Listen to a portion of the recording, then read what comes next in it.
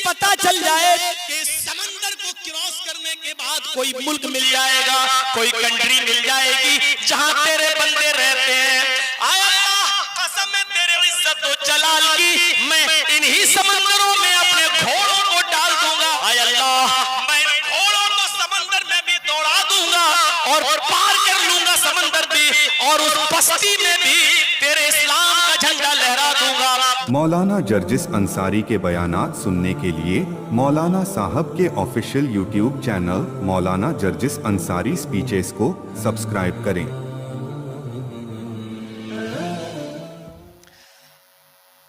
जब आदम और हव्वा दोनों ने उस दरख्त का फल खा लिया, जन्नती लिबास, जन्नती कपड़ा उनके जिस्म से उतर गया। अब तुम्हें 1 मिनट भी यहां रहने की इजाजत नहीं है, जाओ दुनिया में। आदम और हव्वा दोनों को अल्लाह ताला ने दुनिया में भेज दिया, दोनों अलग अलग जगह पर गए। अल्लाह ने जब आदम और हव्वा को दुनिया में भेजा, सुनिए मेरे भाई, जो चीज मैं बताना चाहता हूं वो चीज ये है, आए आदम और हव्वा, दुनिया में तुमने शैतान की बात, आखिरत में तुमने शैतान की बात मान ली, मेरी नाफरमानी कर दी। अब प्रायश्चित के लिए हम तुम्हें दुनिया में भेज रहे हैं। इधर शैतान भी तुम्हारे पीछे पीछे लगेगा, तुम्हारी औलाद पैदा होगी, शैतान उनको भी बहकाएगा। जैसे जन्नत में मेरा ऑर्डर था, ऐसे ही दुनिया में भी मेरा ऑर्डर देने के लिए नबी आएंगे, पैगंबर आएंगे, रसूल आएंगे। शैतान ने जिस तरह जन्नत में तुम्हें बहकाया, दुनिया में भी तुम्हें और तुम्हारी औलाद को बहकाएगा। एक मर्तबा तुम मेरी नाफरमानी कर चुके हो, इसलिए मैंने डायरेक्ट जहन्नम में नहीं डाला, चाहता तो डाल देता, लेकिन प्रायश्चित करने के लिए भेजा है। अब दुनिया में ऐसे काम करो कि अल्लाह खुश हो जाए और शैतान के हर हर बताए हुए रास्ते को बंद कर दो, उसके बहकावे में मत आओ। अब तुम्हारी औलाद के लिए हमारे नबी भी आएंगे और शैतान भी बहकाएगा। सुनो, अगर तुमने और तुम्हारी औलाद ने अगर मेरे बताए हुए रास्ते पर अमल किया तो आदम और हव्वा, मैं तुम दोनों को और तुम्हारी औलाद को फिर से जन्नत में दाखिल कर दूंगा। लेकिन अगर तुमने और तुम्हारी औलाद ने, तुमने और तुम्हारे साथियों ने, तुमने और तुम्हारे बेटों ने, तुमने और तुम्हारी जनसंख्या यानी आदमी इंसानों ने अगर फिर से दुनिया में भी शैतान की बात मान ली और मेरी बात नहीं मानी, तो याद रखो दुनिया में भी तुम्हें हमेशा नहीं रहना है और जन्नत भी तुम्हें नहीं मिलेगी, बल्कि एक और मकाम है जिसको हम जहन्नम के नाम से याद करते हैं, दोज़ख के नाम से याद करते हैं, अज़ाब अज़ीम और अज़ाब अलीम के नाम से याद करते हैं, सकर के नाम से याद करते हैं। हम उसमें डाल देंगे। ये प्रायश्चित करने के लिए भेजा गया है, शैतान की नाफरमानी करने के लिए भेजा गया है। अब समाज में हम गौर करें, जहां शैतान की नाफरमानी कर रहे हैं, शैतान ही के तो सारे काम हम कर रहे हैं। कितने लोग ऐसे हय्या अला सलाह की आवाज सुनकर मस्जिदों की तरफ जाते हैं, कितने लोग ऐसे अस्सलातु खैरुम मिनन नौम सुनते तो अपने सर्दियों में अपने ऊपर का लिहाफ और ब्लैंकेट हटा देते हैं और ठंडे पानी से वुजू बनाकर मस्जिद की तरफ जाते हैं। कितने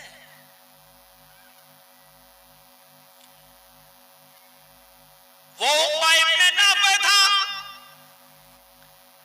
वो पाइप में नापे था, जंग लड़ते लड़ते हर जगह पर इलाके को जीतते हुए इस्लाम का झंडा गाड़ता गया, इस्लाम का झंडा गाड़ता गया और सारे शहरों में इस्लाम का झंडा जब गाड़ चुका, आगे बढ़ना चाहता है कि दूसरी बस्ती में जाऊं, दूसरे मुल्क में जाऊं, दूसरे शहर में जाऊं, अपने साथी 1500 घुड़सवारों को लेके जा रहा है, दूसरे शहर में, दूसरे कंट्री में जाना चाहता है, लेकिन सामने समंदर आ जाता है। समंदर समझते हैं ना, सामने सी समंदर आ जाता है। अल्लाह, अब मैं कहां जाऊं? इस्लाम का झंडा वहां लहरा दिया, मोहम्मद रसूलुल्लाह का दीन वहां फैला दिया। मेरे दाएं भी इस्लाम है, मेरे बाएं भी इस्लाम है, सामने समंदर है। अय अल्लाह, भी मैं इस्लाम को और फैलाना चाहता हूँ, इस्लाम का झंडा और लहराना चाहता हूँ, लेकिन सामने समंदर है।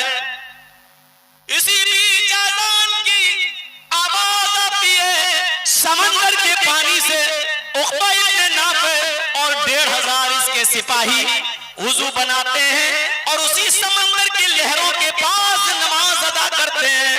और नमाज अदा करने के बाद ये उक़बा इब्न नाफ़े खड़ा होता है और कहता है, इलाहुल आलमीन, मेरे पीछे इस्लाम, मेरे दाएं इस्लाम, मेरे बाएं इस्लाम। आय अल्लाह, चारों तरफ मोहम्मद रसूलुल्लाह का झंडा मैंने लहरा दिया है, जहां देखो इस्लाम इस्लाम नजर आता है, लेकिन सामने ये समंदर आ गया है। आय अल्लाह, मुझे नहीं मालूम इस समंदर को पार करने के बाद, इस समंदर को क्रॉस करने के बाद कोई दुनिया रहती है, कोई कंट्री आबाद है, कोई शहर मौजूद है, मुझे नहीं मालूम। आय अल्लाह, अगर मुझे ये पता चल जाए कि समंदर को क्रॉस करने के बाद कोई मुल्क मिल जाएगा, कोई कंट्री मिल जाएगी जहां तेरे बंदे रहते हैं, आय अल्लाह, कसम है तेरे इज्जत और जलाल की, मैं इन्हीं समंदरों में अपने घोड़ों को डाल दूंगा, अपने 1500 साथियों को हुक्म दूंगा, अपने घोड़ों के साथ समंदर में कूद जाओ। आय अल्लाह, मैं घोड़ों को समंदर में भी दौड़ा दूंगा और पार कर लूंगा समंदर भी, और उस बस्ती में भी तेरे इस्लाम का झंडा लहरा दूंगा। कसम है तेरे इज्जत और जलाल की, जब तक मैं उस बस्ती पर भी तेरे नबी का झंडा न लहरा दूं, इस्लाम का झंडा न फहरा दूं, तब तक मैं चैन से नहीं बैठूंगा। लेकिन मुझे मालूम नहीं कि समंदर को पार करने के बाद भी कोई बस्ती रहती है। मेरे भाइयों, इस नौजवान का जज्बा देखो, पीछे इस्लाम, दाएं इस्लाम, बाएं इस्लाम, सामने समंदर, मालूम नहीं समंदर को पार करने के बाद भी कोई मखलूक है, अगर है तो अल्लाह मुझे बता, मैं निकल जाऊं, घोड़ों को दौड़ा दूं और उस वक्त तक न रुकूं जब तक कि उस बस्ती में भी मोहम्मद रसूलुल्लाह का दीन न फैला दूं। सारी बस्तियों में दीन फैला दिया, समंदर में भी छलांग लगाने के लिए तैयार। नौजवानों, जंगीपुर के अतराफ में रहने वालों, डिस्ट्रिक्ट मुर्शिदाबाद के बाशिंदों, ईमानदारी के साथ बताओ, उस नौजवान के जज्बे को देखकर क्या आपने अपने घर में भी इस्लाम नाफिज किया है? वो तो सारी बस्तियों में इस्लाम नाफिज करने के बाद कह रहा, अल्लाह, मैं तो समंदर में भी घोड़े दौड़ाने के लिए तैयार हूं। क्या आप ये कह सकते हो कि अल्लाह, मैंने अपने घर में पूरा का पूरा इस्लाम नाफिज कर दिया है? भाई नमाजी है, लेकिन बहन आईब्रो बनवाती है ब्यूटी पार्लर पे जाकर,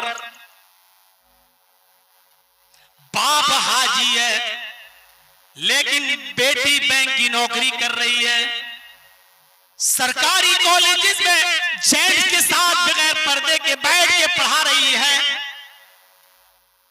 तल्ख हकीकत है, लेकिन क्या करूं? मौलाना सीधे सीधे बोलो, स्कूल कॉलेज का नाम मत लो, बैंक का नाम ना लो। ऐसा बोलने से डायरेक्ट हमारे ऊपर हमला होता है। हमने अपने घर में भी इस्लाम नाफिज किया है। अरे तुम तो दूसरों के लिए आए थे। मुसलमानों, ये कितनी बड़ी आज मुसीबत कह लो या लमिया कह लो कि आज मौलाना जर्जीस को, शाहिद को सुनाना पड़ रहा है, अकरम को सुनाना पड़ रहा है, असलम को सुनाना पड़ रहा है, हैदर को सुनाना पड़ रहा है, टोपी वालों को सुनाना पड़ रहा है। अरे मौलाना जर्जीस और आप, हम और आप एक दूसरे को सुनाने के लिए आए ही नहीं थे। अल्लाह ताला ने तो हमें और आपको दूसरों के लिए पैदा किया था। यहूदियों को बताओ, ईसाइयों को इस्लाम की दावत दो, गैर मुस्लिमों को इस्लाम का पैगाम दो। कुंतुम खैरा उम्मतिन उखरिजत लिन्नास, मुसलमानों तुम बेहतरीन उम्मत हो, इसलिए कि तुम्हें दूसरे लोगों के लिए पैदा किया गया है। जो कौम दूसरों के लिए पैदा हुई थी, आज वो अपनों को समझा रही है। आज नमाज की तालीम मौलाना जर्जीस मुसलमानों को दे रहे हैं। यानी क्या ये दिन भी हमें देखना पड़ेगा? ये कितने अफसोस की बात है कि हमें लोगों से ये कहना पड़ेगा कि नमाज पढ़ो। क्या मुसलमान को हो सकता है जिसको नमाज की दावत दी जाए और वो कितना बेगैरत मुसलमान है जो अपने आप को मुसलमान कहे और मौलाना जर्जीस जैसा आदमी उससे कहे नमाज पढ़ो? गौर कीजिए कितना गिर चुका होगा वो मुसलमान कि जो अपने आप को मुसलमान तो कह रहा है लेकिन नमाज ना पढ़े और उसको नमाज की दावत देना पड़ रही है। मेरे साथियों, क्या नमाज न पढ़ने वाला भी मुसलमान हो सकता है? मुझे उस औरत का एक वाकया याद आता है जिसने सऊदिया के मुफ्ती अब्दुल्ला इब्न अब्बास से फतवा पूछा कि मेरे शौहर बेनमाजी हैं, मैं 5 वक्त की नमाज पढ़ती हूँ, क्या 5 वक्त की नमाज पढ़ने वाली औरत को बेनमाजी शौहर के साथ रहना जायज है या नहीं? सोचिए, एक औरत ने मसला पूछा, मैं 5 वक्त की नमाजी, मेरा शौहर एक भी वक्त की नमाज नहीं पढ़ता, क्या बेनमाजी शौहर के साथ मेरा रहना जायज? वो जो कमा कर लाता है मुझे खिलाता है, क्या बेनमाजी शौहर की कमाई मेरे लिए हलाल? सुनिए, फतवा जाता है।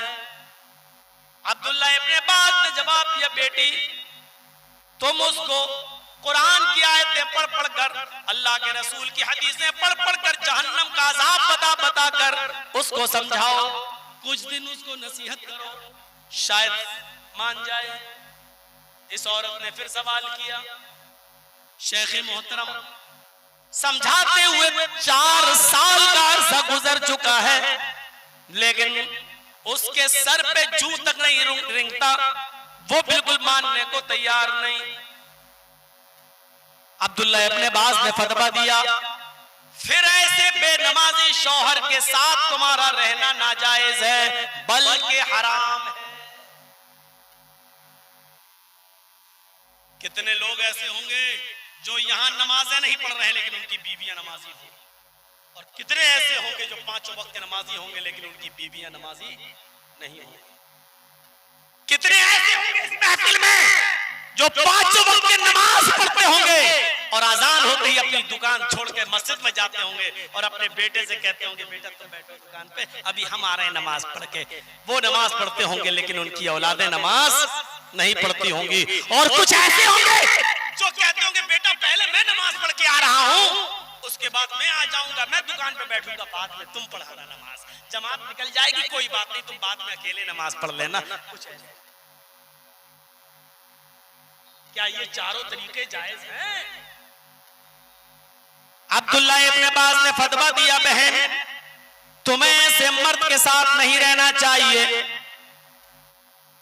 इस औरत ने सवाल किया, शेख मोहतरम मेरा शौहर मुझे तलाक नहीं देता, वो छोड़ने के, सुनिए अशश करेंगे आप जो फतवा आता है। औरत कहती है, शेख मोहतरम मेरे शौहर को जो हमने कहा जब तुम नमाज नहीं पढ़ते तो मुझे छोड़ दो, तलाक दे दो, तो वो मुझे तलाक देने को तैयार नहीं है, वो मुझे छोड़ने को तैयार नहीं है, मैं उसके साथ रहने को तैयार नहीं हूं, मैं क्या करूं? अब्दुल्ला इब्न अब्बास फतवा देते हैं, मेरी बहन वो तलाक दे या ना दे, बेनमाजी काफिर है और काफिर हो जाने के बाद निकाह ऑटोमेटिक टूट जाता है, उसके तलाक देने की जरूरत नहीं है। तुम एक पीरियड मुद्दत गुजारो, एक पीरियड की एक हैज की मुद्दत गुजारो और दूसरा निकाह कर लो, लोगों को बता दो आज के बाद मैं अपने हस्बैंड को छोड़ रही हूं, मैं बेनमाजी होने की वजह से इसको छोड़ रही हूं। इस ऐलान के बाद तुम एक पीरियड गुजारो, एक हैज, वो भी सिर्फ इसलिए ताकि पहले शौहर का बच्चा ना हो तुम्हारे पेट में, जब पीरियड आ जाएगा तो इसका मतलब तुम हमल से नहीं हो। एक पीरियड की मुद्दत गुजारो और जैसे ही पीरियड आ जाए तुम दूसरा निकाह कर सकती हो, उसके तलाक देने की जरूरत नहीं है और उससे तलाक लेने की भी जरूरत नहीं है, तुम दूसरा निकाह कर सकती हो एक पीरियड गुजार कर। मौलाना ये क्या बता रहे हो? लफड़े हो जाएंगे। अरे छोड़िए लफड़े, अरे ये सोचिए कि बेनमाजी अगर मर जाए मोहल्ले में तो उस मस्जिद के इमाम को उस बेनमाजी का जनाजा भी पढ़ाना चाहिए या नहीं? छोड़िए जनाजा पढ़ाना चाहिए नहीं, उसको मुसलमानों के कब्रिस्तान में भी दफन करना चाहिए कि नहीं करना चाहिए? सोचिए। अरे जब नमाज नहीं तो फिर क्या रह गया? जब नमाज नहीं तो मुसलमान कैसा? लेकिन इतनी हिम्मत मौलाना जर्जीस की भी नहीं है कि कहते हैं कि बेनमाजी काफिर। अभी देखो तेरा बाप फतवा दे रहा है, कहां से आया? दुनिया भर की बातें अभी हबी को सुना डाला। जर्जीस साहब बेनमाजी पर बोलिए लेकिन काफिर मत कहिए। अजीब मसला है। सोचिए कि हमने अपने घर में भी इस्लाम नाफिज किया।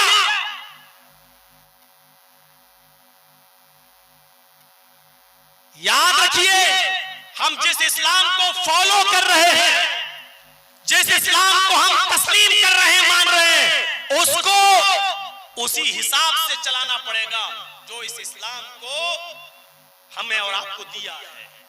किसी कंपनी की गाड़ी है ना आपके पास, कोई कंपनी की गाड़ी, फॉर्च्यूनर हो, इनोवा हो, मारुति हो, आपने नई गाड़ी खरीदी कंपनी से, आज ही लेके आए हैं।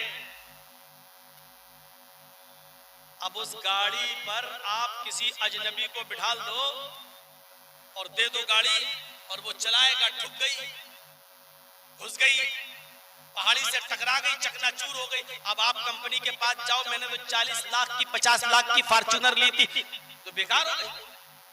वो कहेगा अबे कमीने क्या किया था? कहा चला रहा था। अरे चला रहे थे, तुम्हारे पास ड्राइविंग लाइसेंस था? का नहीं। का भाई मैंने पैसा दिया, तुमने गाड़ी दी। कहा कि गाड़ी के साथ साथ हमने गाड़ी के चलाने के लिए बुक भी दी थी। उस बुक में लिखा हुआ है कि इस गाड़ी को कैसे चलाओगे, किस स्पीड में चलाओगे, पहले गियर में क्या करोगे, दूसरे गियर में क्या करोगे, तीसरे गियर में क्या करोगे, ब्रेक कहां लगाओगे, कहां रोकोगे, कहां चलाओगे, ये सारा तरीका बताया था। क्या तुमने इस किताब को पढ़ा था? साहब नहीं पढ़ा था, हमने पैसा दिया, तुमने गाड़ी दी, ये टकरा गई, हटो हमारा पैसा दो। दे देगा पैसा? नहीं देगा। जब एक मामूली गाड़ी खरीदते हो तो उस गाड़ी को भी उस गाड़ी के बनाने वाले, उस कंपनी के मालिक के बनाए हुए नियम के मुताबिक आपको चलाना पड़ेगा, तब गाड़ी चलेगी, वरना ये गाड़ी एक्सीडेंट का शिकार हो जाएगी। उसी तरीके से हम और आप जिस गाड़ी पर बैठे हैं, जिस इस्लाम पर सवार हैं, जिस इस्लाम को हम और आप फॉलो कर रहे हैं, इस इस्लाम पर अमल करने के लिए अल्लाह ने हमें एक किताब दी है जिसका नाम है कुरान, जिसका नाम है कुरान। ये बता रहा है कुरान कि इस तरीके से जिंदगी गुजारना है, ये खाना है, ये पीना है, ये नहीं खाना है, ये नहीं पीना है, अब सोना है, अब नहीं सोना है, अब उठना है, अब जागना है, अब खाना है, यहाँ जाना है, यहाँ नहीं जाना है। ये सारे उसूल, ये सारे ज़ाब्ते उसने उस किताब के अंदर लिखे हैं, बताए हैं, और उस किताब को समझाने के लिए उसने टीचर दिया है, मुअल्लिम इंसानियत दिया है, रहमतुल लिल आलमीन दिया है, मुहम्मदुर रसूलुल्लाह सल्लल्लाहु अलैहि वसल्लम दिया है कि इसके बताए हुए तरीके जाओ, इस किताब को लोगों को बता दो कि कैसे अमल करना है। मेरे प्यारे साथियों, अब आप बताओ, क्या हम इस इस्लाम को वैसे फॉलो करते हैं? क्या उस कुरान के बताए हुए नियम तरीके पे चलते हैं? अच्छा एक बात बताइए तो, जाओ सवाल, क्या हम और आप सब इस दुनिया में अपनी मर्जी से आए? क्या कोई आदमी कह सकता था, खड़ा होकर बताए कि मैं अपनी मर्जी से आया हूं? कोई है जो कहे नहीं मेरा बाप तो नहीं लाना चाह रहा था, मैंने अपने बाप से कहा नहीं लेके आओ। क्या कोई इस दुनिया में ये कह सकता है कि मैं अपनी मर्जी से आया? नहीं। चलो दूसरी बात बता दो, इस दुनिया से कोई जब मरता है तो क्या अपनी मर्जी से मरता है? जब मरोगे तो क्या अपनी मर्जी से मरोगे? नहीं।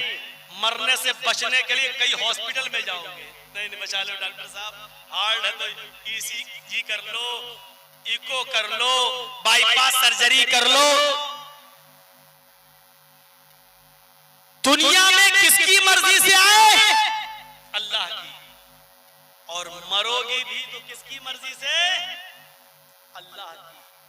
अरे जब तू दुनिया में अपनी मर्जी से आया नहीं, जब दुनिया में तू अपनी मर्जी से मरेगा नहीं, तो इस दुनिया में अपनी पूरी जिंदगी अपनी मर्जी से गुजारेगा कैसे? मौलाना बात तो आप बहुत सही कह रहे हैं, लेकिन दुनिया में हम अपनी जिंदगी अपनी मर्जी से ही गुजार रहे हैं, मनमानी चला रहे हैं, जबकि ये जिंदगी चंद दिनों की है। पूरी तकरीर आप सुन लीजिए, बंगाली ये बांग्लादेश से जो आए हैं उन्होंने उस पर तकरीर की है पूरी। ये दुनिया में हम हमेशा के लिए नहीं आए हैं, जो आया है वो जाएगा। कम से कम जब हम रब की मर्जी से आए, रब के हुक्म पे मरेंगे, तो इस जिंदगी को रब के हुक्मों के मुताबिक गुजार दो, रब की मर्जी के मुताबिक गुजार दो, ताकि वो खोया हुआ मकाम हमें जन्नत दोबारा मिल जाए। अपनी अकल से इस्लाम नहीं चलता है, सारी चीजें अपनी अकल से चल सकती हैं, लेकिन इस्लाम अपनी अकल से नहीं चलेगा। याद रखिएगा, इस्लाम अपनी अकल से चल ही नहीं सकता। आपकी अकल जो कहे वही सही, नहीं, ये अकल के पास इतना पावर ही नहीं है। अकल का भी एक दायरा है, अकल की भी एक लिमिट है। सुनिएगा, अकल की एक लिमिट। बहुत से लोग इख्तिलाफ करते ना, ये ना मेरी बात मानो। अरे अकल पर बहस मत करो, अकल की एक लिमिट होती है। एक तराजू है, आप अपनी बीवी के साथ कभी गए होंगे गोल्डमैन की दुकान पर, सुनहार की दुकान पर गए होंगे, आपने सोना लिया होगा, आपकी बीवी 10 ग्राम सोना ले रही है, 1 तोला 2 तोला 20 ग्राम 25 ग्राम तोला सोना खरीद रही है, 25 2 तोला 3 तोला सोना खरीदा उसने। तराजू है, कहां तौलता है दुकानदार? 20 ग्राम 25 ग्राम 30 ग्राम सोना तराजू पे रखता है, तौल देता है। उसका नाम है धर्म कांटा। बहुत ईमानदारी के साथ उसका वजन होता है। कितनी कीमती चीज वजन हो रही है? सोना।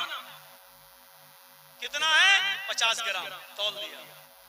चलिए, सोना तौलने वाली तराजू के ऊपर आप दार्जिलिंग की एक पहाड़ी रख दो, लाकर एक पहाड़ का टुकड़ा लाओ और उस तराजू के ऊपर रख दो, क्या होगा? तराजू का टूट जाएगा। क्यों साहब? आप कहोगे तो बेकार है। सोना तौल सकती है, पहाड़ नहीं तौल पा रही है। आप तराजू से वो काम ले रहे हैं जिसके लिए वो बनाई नहीं गई है। वो तराजू सोना तौलने के लिए बनाई गई, आप उस पर पहाड़ तौल रहे हैं, जो गलत है। कंप्यूटर में हर चीज का जवाब है। हमारे बच्चे जैसे आज कितना सेंटीग्रेड गर्मी पड़ी बता देगा, जो चीज उसमें फीड है बता देगा, जो चीज उसमें फीड है बता देगा, सूरज कितने बजे डूब रहा बता देगा, जो चीज आपने उसके अंदर फीड की आपका कंप्यूटर वो चीज बता देगा। लेकिन उसी कंप्यूटर से आप सवाल कीजिए, इस वक्त कितने लोग मरकर जहन्नम में गए हैं, जल रहे हैं, नमाजें छोड़ी हैं, उनको कितना अजाब हो रहा है, कितना जल चुके हैं। तो कंप्यूटर इसका जवाब दे देगा? आपको नहीं देगा। जहन्नम की गर्मी बताओ, एक कंप्यूटर जहन्नम की गर्मी नहीं बताएगा, बल्कि रॉन्ग जवाब दे देगा। जहन्नम में कितने लोग जल रहे हैं नहीं बताएगा कंप्यूटर, बल्कि गलत जवाब दे देगा, क्योंकि आप कंप्यूटर से वो सवाल कर रहे हैं जिसके लिए कंप्यूटर बनाया ही नहीं गया है। इसी तरीके से बहुत से लोग होते हैं ना जो दिमाग से क्या सोचते हैं, अल्लाह ने हर चीज को पैदा किया है तो फिर अल्लाह को किसने पैदा किया है। सोचते हैं ना, अरे दुनिया में हर चीज अल्लाह ने पैदा की है तो अल्लाह को किसने पैदा किया। नऊज़ु बिल्लाह मिन ज़ालिक, ला हौला वला कुव्वता इल्ला बिल्लाह। जब इस किस्म का सवाल आए तो फौरन कहो ला हौला वला कुव्वता इल्ला बिल्लाह। लेकिन सवाल आता है ना, अब आप सोच रहे हैं अल्लाह सारी चीजें अल्लाह ने पैदा की तो अल्लाह को किसने किया। अब आप अपने दिमाग से वो चीज पूछ रहे हैं जिसके लिए आपका दिमाग बनाया ही नहीं गया। ये उस दिमाग के लिमिट से बाहर है। आपके पास उतना दिमाग ही नहीं जो ये सोच सके, और सोच रहे हैं तो इसका जवाब आपका दिमाग बर्दाश्त नहीं कर सकता है। इसलिए दिमाग को हर जगह इस्तेमाल मत करो। अच्छा एक बात बताइए, अगर दिमाग से हर चीज तुम फैसला करते हो तो मुझे ये बताइए कि अपनी बेटी से या अपनी बहन के साथ निकाह क्यों नहीं करता। मुझे बताइए, दुनिया में कोई भी शख्स अपनी बहन और अपनी बेटी के साथ निकाह नहीं करता, क्यों? आप कहोगे हराम। अरे ये तो शरीयत कह रही है ना। अकली तौर पर बताओ कि इसमें बुराई क्या है। बल्कि अकली तौर पर देखा जाए तो ये तो अच्छी चीज है, अकली तौर पर, शरई तौर पर नहीं। याद रखना, कल चाय की होटल में बैठ के मत कहना कि मौलाना साहब कह गए अच्छी बात है, क्योंकि रात का ये वो वक्त है कि मैं कुछ बोलूंगा सुनोगे कुछ और। मैं बोलूंगा प्याज हराम है, आप समझोगे, मैं कहूंगा कि प्याज हराम है, आप सुनोगे प्याज हराम। जरा कान खोलकर बैठिएगा। अकली तौर पर देखा जाए तो बहन और बेटी के साथ निकाह करने में कोई बुराई नहीं है, अकली तौर पर। शरई तौर पर बुराई है लेकिन अकली तौर पर नहीं है। अकल तो ये कहती है कि मेरी बहन ज्यादा खूबसूरत है और वो मेरे साथ घर में बचपन से रही भी है, मेरे मिजाज को वो जानती है, उसके मिजाज को मैं जानता हूं। तो अकल तो ये कहती है कि जब औलाद ही तो है, बच्चे ही तो, नस्ल ही तो बढ़ाना है, बच्चे ही तो पैदा करना है, तो अपनी बहन से मैं निकाह क्यों ना कर लूं? मैं अपनी बहन को दूसरे को क्यों दूं? अकल तो ये कहती है कि मैं अपने घर का कीमती माल खुद इस्तेमाल करूं। ये कहा कि अकलमंदी है कि अपने घर की कीमती चीज को हम कबाड़े में दे देते हैं, ऐरे गहरे को दे देते, ले जाओ, और दूसरे की कबाड़ी चीज हम उठा लाते हैं जिसके मिजाज से हम वाकिफ नहीं हैं। डर लगा रहता है ना। जर्जी साहब अपनी बहन का निकाह कर रहे हैं, खुशी है कि चलो मेरी बहन का घर बस रहा है, लेकिन डर भी लगा, पता नहीं मेरी बहन वहां के मिजाज में ढल पाएगी या नहीं ढल पाएगी। यहाँ मैं भाई था, उसकी गलती पर नजरअंदाज कर देता था, वहां उसका देवर, उसका शौहर उसकी गलती को माफ करेगा या नहीं करेगा। यहाँ मेरी बहन गलती करती थी, माँ माफ कर देती थी, वहां उसको ससुराल में गलती करेगी तो सास उसकी माफ करेगी या नहीं करेगी। हजारों ख्यालात दिल में आते रहते हैं। मेरे भाइयों, अकल तो ये कहती है कि अपनी बहन और अपनी बेटी को खुद निकाह में रख लिया जाए, अपने घर की कीमती चीज को खुद रखा जाए। अपने घर की कीमती चीज को हम किसी कूड़ेदान में क्यों डाल दें, दूसरे को क्यों दे दें, और दूसरे का कबाड़ा माल उठाकर अपने घर में क्यों लाएं। अकल तो ये कहती है, लेकिन शरीयत क्या कहती है? खबरदार, तुम जिस औरत को निकाह में लाए हो, शादी करके जिसकी बहन बेटी को तुम निकाह में लाए हो, वो तुम्हारे लिए मुअज़्ज़ज़ है, मोहतरम है, उसके साथ जिस्मानी ताल्लुक बनाओ। अपनी बहन को छोड़ो, दूसरी शादी की शरीयत में इजाजत है, तीसरी की इजाजत है, चौथी की भी इजाजत है। लेकिन अगर दूसरी बीवी भी तुम्हें लाना हो तो अपनी बहन को छोड़ो, अपनी बीवी की भी सगी बहन को तुम निकाह में नहीं ला सकते हो, यानी दो सगी बहनों को निकाह में नहीं रख सकते हो। अपनी बीवी और बीवी की बहन को भी शादी करके उसके घर अपने घर में लाओ, ये जायज नहीं है। अपनी बहन बहन को भी निकाह में अपनी बीवी के होते हुए नहीं ला सकते हो। ये शरीयत कह रही है। शरीयत नाजिल ही इसलिए हुई है, जहां अकल काम करना बंद कर दे वहां शरीयत का हुक्म मानना चाहिए।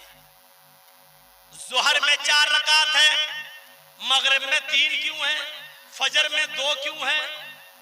जुमे की नमाज इतनी बरकत वाली है, जुमे का दिन इतना बड़ा अहम दिन है, तो उसमें रकातें ज्यादा होना चाहिए, तो उसमें 2 ही क्यों है? आप अपनी अकल से वो सवाल कर रहे हैं जिसके लिए आपकी अकल बनाई नहीं गई है। एक मर्द को 4 बीवी रखने की इजाजत दी, लेकिन एक औरत को 4 मर्द की इजाजत नहीं दी। ऐसा क्यों? अब आप अपने जहन से वो सवाल कर रहे हैं जिसके लिए आपकी अकल बनाई नहीं गई है, आपकी अकल उसके लिए तैयार ही नहीं है।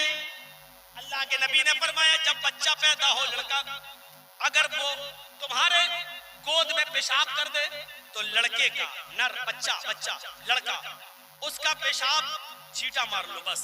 अगर दूध पीता है बच्चा और तुम्हारे गोद में पेशाब कर दे, अजान का टाइम हो जाए तो पानी लो और ऐसे छींटा मार लो, बस हो गया पाक, जाओ नमाज पढ़ लो। लेकिन अगर लड़की है और वो तुम्हारी गोद में पेशाब कर दे, दूध पीती बच्ची है लेकिन पेशाब कर दे, तो उसको धुलना पड़ेगा। जहां पेशाब किया उसको उतना धुलो, जब तक धुलोगे नहीं तब तक आप नमाज पढ़ने नहीं जाओगे। अब आप सवाल करो, लड़के के पेशाब में छींटे और लड़की के पेशाब को धुलना, ऐसा क्यों? अब आप वो सवाल कर रहे हैं जिसके लिए आपकी अकल बनाई नहीं गई है। जब हमारी अकल ने काम करना बंद किया तब अल्लाह ने शरीयत को नाजिल किया है, तब अल्लाह ने कहा है अब तुम्हें जनाब मोहम्मद रसूलुल्लाह की बात मानना पड़ेगी, चाहे वो तुम्हारी अकल में आए या तुम्हारी अकल में ना आए। तुम्हें अब इस बात को मानना पड़ेगा, अकल में आए या ना आए मेरे भाइयों, मानना पड़ेगा, क्योंकि अकल जहां काम करना बंद कर देती है वहां पर मेरे भाइयों ये चीज शरीयत काम करती है। जैसे आंख क्या करती है, एक मिसाल समझ लीजिए, आंख क्या करती है, देखती है, लेकिन मेरे दीवार पर्दे के पीछे क्या है, हमारी आंख देख रही है नहीं। कान का काम क्या है, सुनना। जर्जी साहब बोल रहे हैं, आप सुन रहे हैं, लेकिन जर्जी साहब जो बोल रहे हैं उसको आप सुन रहे हैं, लेकिन जर्जी साहब इटावा में रहते हैं, इटावा के लोग नहीं सुन रहे हैं। अरे इटावा तो छोड़ो, कल का प्रोग्राम मेरा कलिया सीलमपुर में है, वहां के लोग नहीं सुन रहे हैं।